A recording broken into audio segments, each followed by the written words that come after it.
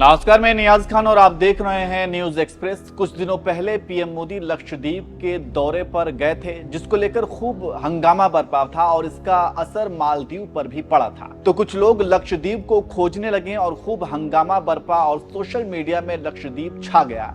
लेकिन अब एक बार फिर लक्षद्वीप चर्चा में है और इस बार राहुल गांधी की वजह से है।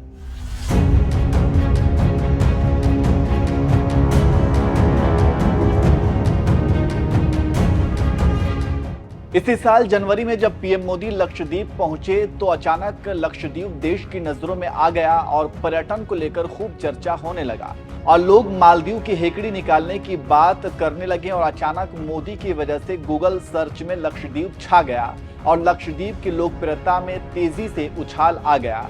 लक्षद्वीप के टूरिज्म ने मीडिया में कहा कि द्वीप का दौरा कैसे किया जा सकता है, इसकी पूछताछ करने में बढ़ोतरी हुई है।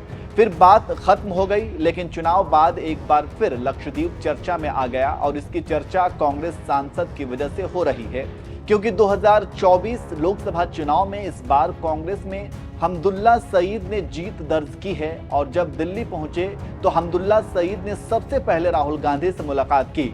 यहां पर एक बात बताते चले कि राहुल गांधी ने जब कांग्रेस कार्यकर्ताओं से बात की तो अपनी व्यस्तता की बात भी की। सबसे पहले मैं आपसे माफी मांगना चाहता हूं कि मैं इतनी देर नहीं आया हूं। ये मेरी गलती है, थोड़ा मैं मतलब बिजी रहा, मगर अब मैं आऊंगा। If you want me to come back with you, I'll come back with you right now. उसके बाद हमदुल्ला ने लक्षद्वीप को लेकर पूरी कहानी बता दी और कहा कि कैसे लक्षद्वीप की जमीन को हड़पने का खेल हो रहा है और इसमें सभी गुजराती कंपनियां हैं। इसको लेकर राहुल गांधी ने कहा कि हम जानते हैं कि प्रफुल्ल पटेल क्या कर रहे हैं। Sir, Congress was instrumental in bringing tourism when late Rajiv Gandhi ji was there.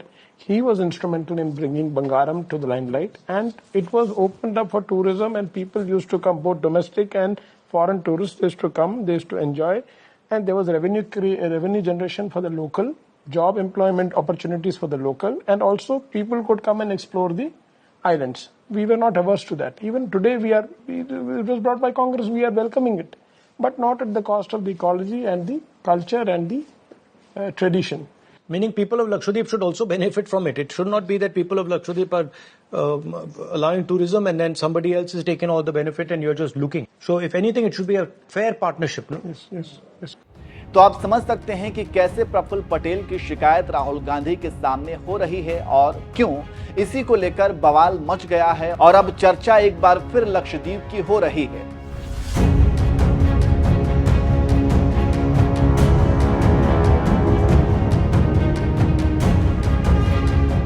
यहां पर एक जानकारी देते चले कि 2021 में राहुल गांधी लक्षद्वीप के लेकर लेटर लिख चुके हैं और अपने पत्र में तीखा हमला करते हुए राहुल गांधी ने कहा था कि अज्ञानी लोग लक्षद्वीप को खत्म कर रहे हैं और प्रशासक इससे मदद कर रहे हैं। इसके साथ ही साथ हमदुल्ला ने याद दिलाया कि जो काम राजीव गांधी ने किया था वो काम अब बीजेपी सरकार बिगाड़ रही है। जानकारी देते चलें कि लक्षद्वीप केंद्र शासित प्रदेश है और यहां से एक सांसद प्रतिनिधि लोकसभा जाता है और इस बार कांग्रेस ने बाजी मारी है। आपको हैरत होगी कि कांग्रेस के दिग्गज नेता पीएम सईद 10 बार यहां से लोकसभा के सदस्य रहे हैं और हमदुल्ला उन्हीं के सपुत्र हैं, लेकिन 2014 और 2019 में एनसीपी ने जीत हासिल की और अब एक बार फिर कांग्रेस ने कब्जा जमाया है। हमदुल्ला जब 26 साल के थे तो पहली बार सांसद बने और अब वो 45 साल के हैं, जो फिर एक बार कांग्रेस का वर्चस्व कायम है। जब हमदुल्ला 2009 में पहली बार सांसद बने तो उस लोकसभा में सबसे कम उम्र के सांसद थे। तो आप समझ सकते हैं कि कैसे लक्षद्वीप पर कांग्रेस ने कब्जा जमाया है और कैसे बीजेपी के लिए मुश्किल पैदा हो रही है। अब देखना होगा कि लक्षद्वीप को लेकर क्या होता है।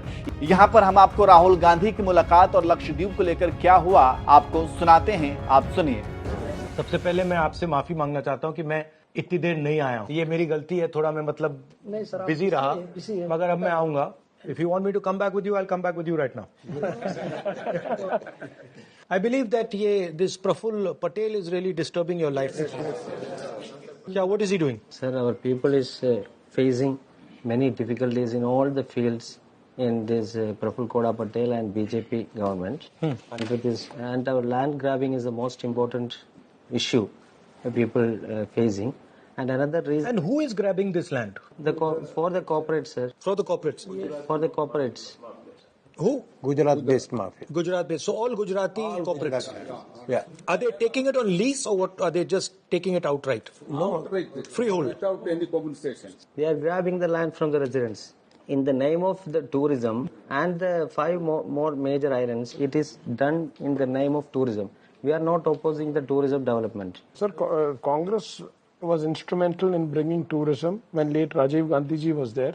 He was instrumental in bringing Bangaram to the limelight, and it was opened up for tourism, and people used to come, both domestic and foreign tourists used to come, they used to enjoy, and there was revenue generation for the local, job employment opportunities for the local, and also people could come and explore the islands. We were not averse to that. Even today, it was brought by Congress, we are welcoming it, but not at the cost of the ecology and the culture and the tradition.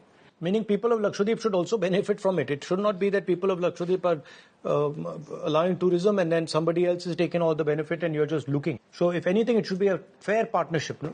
Yes.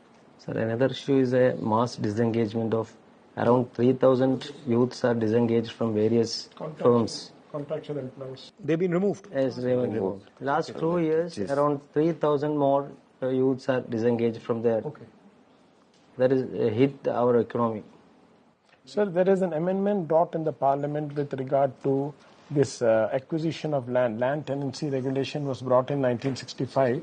There was an amendment which was brought by BJP government in the parliament, which says that any transaction that happens in the Pandaram land, either sale or purchase of land, will be valid and it will be validated by virtue of this amendment. Earlier, there was no sale purchase transaction. That was not legal, that was void ab initio. So, but that was reversed, and local administrator has not issued any rules pertaining to the implementation of that amendment that was brought in the parliament. So now you're there, so you can raise these issues. We can also help you raise them. इस्लाम में भी लिखा गया है कुरान में the prophet peace be upon him said God said have no fear, I am with you hearing and seeing. मतलब इस्लाम में भी कहा गया है कि डरना नहीं है, और जब इस्लाम में दुआ मांगी जाती है तो दोनों हाथ से, दाएं हाथ से अभय मुद्रा दिखाई देता है. उसके बाद